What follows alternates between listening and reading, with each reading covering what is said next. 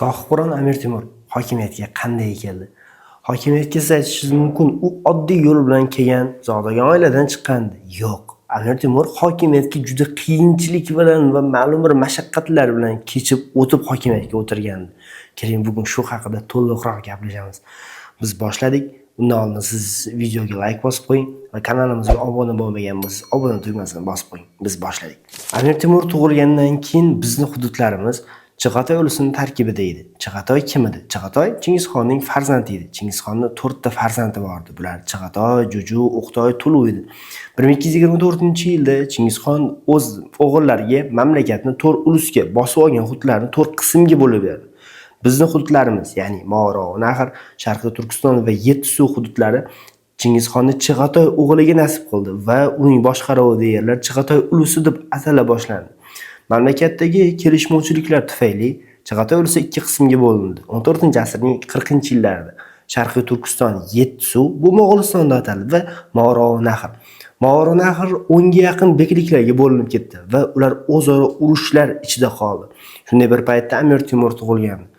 Movarounahardagi ichki siyosiy vaziyat Mo'g'uliston, ya'ni Sharqiy Turkiston, Yettisuvda tuzilgan o'sha davlatning rahbari bo'lgan To'g'liq Temur 1360-yilning yanvar oyida Movarounaharga hujum qildi. Uning maqsadi Movarounaharni Mo'g'ulistonga qo'shmoqchi edi.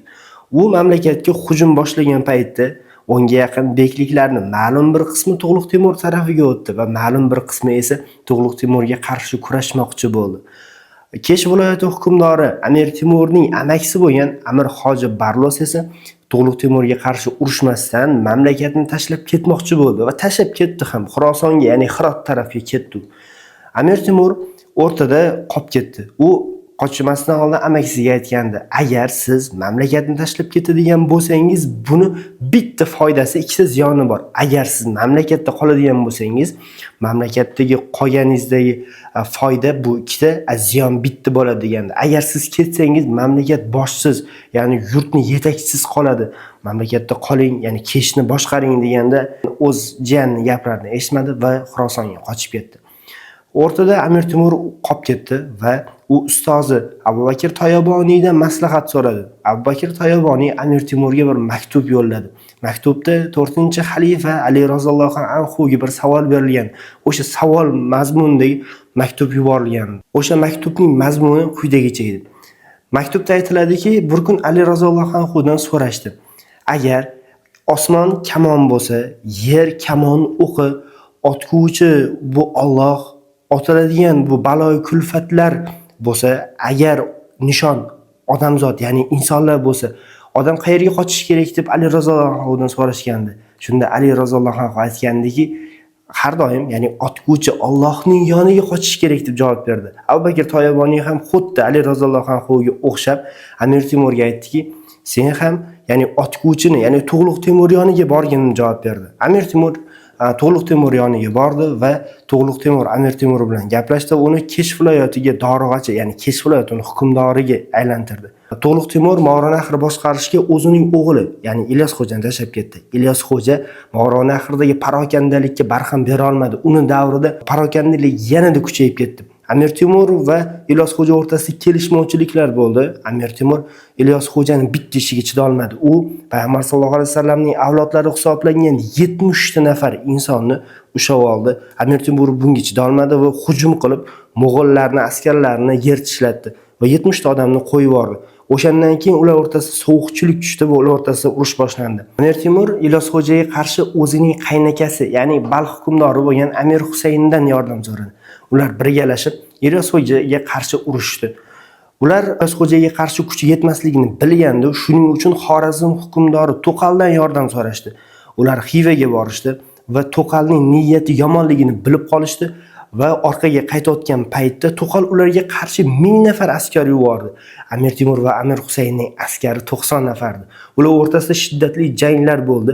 Bu shiddatli janglarda Amir Temur va Amir Husayn yutdi. 1000 nafar qo'shinni ma'lum bir qismini yer tishlashdi, qolganlari esa Xorazm tarafiga qochib ketdi. Amir Temur va Amir Husaynning 80 nafar insondan ayrilgandi o'sha jangda. Atigi 10 nafar inson ular bilan qoldi. Qiyin vaziyatga tushib qolishdi. Ular Xorason tarafga, ya'ni Marvga borib, bir chuqurda jon saqlashga 62 kun jon saqlashga majbur bo'lishdi. Shu orada Turkman begi bo'lgan Alibek ularni ushlab oldi va zindonband qildi. Amir Temur va uni akasi, qaynakasi hisoblangan Amir Husaynni. O'rtada bu xabarni Alibekning akasi hisoblangan Muhammadbek eshitib qoldi va o'z ukasiga aytdi. Dunyo shunaqa g'alati tuzilgan. Hukmdorlar, ya'ni mashhur bo'laman degan, yurtga bosh bo'laman degan insonlar doim shunday bir ichki nizolar, doim dunyo ularga qarshi chiqadi.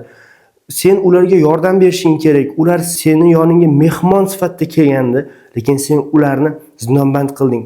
Kerak bo'lsa ular bu kun kelib turib mehmon sifatida chaqirsang ham kelmaydigan insonlar seni o'z oyog'i bilan keldi. Ularga yordam berishing kerak edi. Bekor ular zindonga tashlabsan dedi. Shunda Alibek akasining gaplarini tingladi va ularni zindondan chiqarib yuborishga qaror qildi va zindondan chiqarib yubordi. Amir Temur bilan Amir Husayn Xoron nahriga qaytishdi. Kesh va Balxni ular yana qayta egallab olishdi. Amir Temur va Amir Husayn Kesh va Balxni egalladi. Ulardan Seyiston hukmdori yordam so'radi. Amir Temur Amir Husaynni qo'shin oldi va o'zi Seyiston hukmdoriga yordamga shoshildi. Seyistonga Molik hujum qilayotgandi. Molik Seyistondagi 11 qal'ani egallab olgandi. Amir Temur borgandan keyin dastlabki g'alabalarga erisha boshladi. U birin-ketin 3 ta qal'ani ketma-ket egalladi va undan keyin 4-qal'ani ham egallagandan keyin Seyiston hukmdori qo'rqib ketdi. U kerak bo'lsa qolgan qal'alarni ham egallab, Seyistonni ham egallab olishdan tashvishga tushdi va Amir Temurga qarshi bo'lib qoldi. Shu orada Molik Seyiston hukmdori bilan kelishadigan bo'ldi. Va o'rtada Amir Temur qolib ketdi. Amir Temur qo'shini bilan orqaga qaytayotgan bir paytda uni yo'lidan dushmanlar chiqdi, ya'ni Molikka qo'shinlari va Amir Temur u bilan jang qildi. Amir Temur o'sha jangda, ya'ni 1362-yilda daydi o'q bilan ikkita o'q uni badaniga tegdi. Biri o'ng oyog'iga, ikkinchisi o'ng qo'liga. Amir Temur o'shandan keyin bir chuqurga tushib, yaralangan va abgor holda qoldi. Uni ahvoli yomonligini ko'rgan Amir Husayn Amir Temurdan tashlab o'zi Keshga qaytgandi. O'shandan keyin Amir Temur yotdi va hayotidagi tub burilish yasagan voqea ana o'shanda bo'ldi. Ya'ni Amir Temur chuqurda yotganda bir chumolni ko'rdi. Yaralangan abgor Amir Temur chumoliga qarab turardi. Chumoli o'zidan vazni og'irroq bo'lgan bir yukni oldi. U chuqurdan chiqishga bir necha marta harakat qildi. 1 marta, 2 marta, 3 marta, lekin qayta orqaga yetib qolaverdi. Amir Temur o'shanda o'ziga o'zi aytdiki, bir chumoliki 1 marta, 2 marta harakat qiladi. Sen, ya'ni Amir Temur 1 marta harakat qilding, hukumat uchun 2 marta harakat qilding, o'xshamadi. Nima qilibdi? Ya'ni chumolidan andoza ola olmaysanmi dedi. Va turdi o'sha hayotini tub burilishi, voqea yashagan voqea aynan o'sha bo'ldi. Amir Temur Keshga qaytdi. Keshga qaytgandan keyin u yana Kesh viloyatini birlashtirdi. 1363-yil kelganda Amir Temur Amir Husayn bilan birlashib Amudaryoning chap sohilidagi Qunduz shahrida Ilyosxo'ja bilan to'qnashdi. Bu jangda Amir Temur va Amir Husayn birgalashib Ilyosxo'janing ustidan g'alaba qozonishdi. 1364-yilning oxiriga kelganda Ilyosxo'jani Mo'or nahridan butunlay haydab chiqarib yuborishdi. Ilyosxo'ja 1365-yilning bahorida yana Mo'or nahriga keldi. Bular o'rtasida Amir Temur Amir Husayn birlashgan qo'shini va Ilyosxo'ja o'rtasidagi jang 1365-yilning 22-mayida Toshkent va Chinoz o'rtasidagi Chirchiq daryosi bo'yida bo'ldi. Tarixda bu loy jangi bilan kirdi. Nega? Chunki o'sha kuni qattiq yomg'ir yog'di. Hattoki otlar ham loyga botib qoldi. Jangda Amir Temur o'ng qanotdan, Amir Husayn esa chap qanotdan zarba berish kerak edi. Lekin Amir Husayn chap qanotdan zarba bermay jangni tashlab ketdi. Amir Temur bir necha marotaba Amir Husaynga odam yubordi va jangga qaytishini taklifini qildi, lekin Amir Husayn bunga ko'nmadi va jangga qaytmadi. Natijada Amir Temur Ilyosxo'jaga yutqizib qo'ydi. Ilyosxo'ja o'sha jangdan keyin Xo'jand va Jizzax shaharlarini qarshiliksiz egalladi va Samarqandga yurish boshladi. Samarqandda Sarbadorlar harakati avj olgandi. Sarbadorlar kim edi? Forschada olganda ular boshini dorga tikkanlar, ya'ni bu harakat 14-asrda Eron va Mo'or-nahr, ya'ni O'rta Osiyo hududlarida Mo'g'ullarga qarshi avj olgan harakat hisoblanadi. Bu harakatning yetakchilari Mavlonzoda Samarqandiy, Hurdaki Buxoriy va Abu Bakr Kalaviylardi. Mavlonzoda Samarqandiy aslida u buxorolik mudarris, ya'ni o'qituvchi edi. U ilm talabida Samarqandga kelgandi. U juma xutbasida xutbaga chiqdi va shunda xalqqa aytdiki, biz namoz o'qishimiz yoki o'sha roza tutishimiz qanchalik farz bo'lgandagi, bugun yurtimizga Mo'g'ullar bostirib kelyapti, vatanimizni himoya qilish shunchalik farzga aylandi dedi. O'shandan keyin butun Samarqand aholisi Mo'g'ullarga, ya'ni Ilyosxo'jaga qarshi turdi. Ilyosxo'ja Samarqandni egallab olmadi. Orqaga qaytib ketdi, u dastlab Samarqandni keyin butun Morovnahr tashlab ketgandi. Bundan xabar topgan Amir Temur va Amir Husayn 1366-yilning bahorida Samarqandga kelishdi. Konigilda katta majlis to'plandi. Shu orada Amir Husayn Mavlonzoda Samarqandiy, Hurdaki Buxoriy va Abu Bakr Kalaviylarni o'ldirishga buyruq berdi.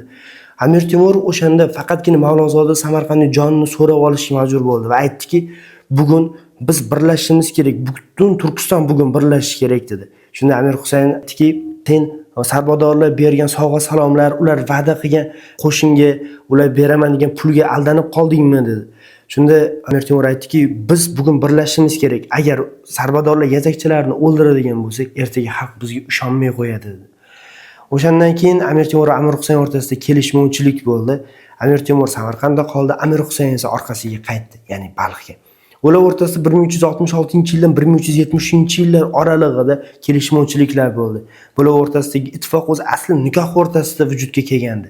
Amir Temur Amir Husaynning singlisini, ya'ni Uljoy Turkon og'ani o'z nikohiga olgandi. Shu orada Uljoy Turkon og'a vafot etgandi va ular o'rtasidagi munosabatlar yanada yomonlashib ketdi. Amir Temur 1370-yilning bahorida Amir Husaynga, ya'ni sobiq qaynakasiga yurish boshladi. Termiz yaqinidagi Biyoy qishlog'iga yaqin kelganda u Said Barakani ko'rdi. Said Baraka Makka va Madinadan chiqqan va o'sha Amir Husayn yoniga kelgan, Amir Husayndan ehson so'ragan bir inson edi. Lekin Amir Husayn Said Barakani darajasiga va uning yoshiga nisbatan hurmatsizlik qildi. Amir Temur esa Said Barakaga yaxshi munosabatda bo'ldi. U unga yordam beradigan bo'ldi va shunda Said Baraka Amir Temurga bayroq va nog'ora berdi va Amir Temurning kelajagi, buyukligi haqida ma'lum bir mujdalar aytgandi.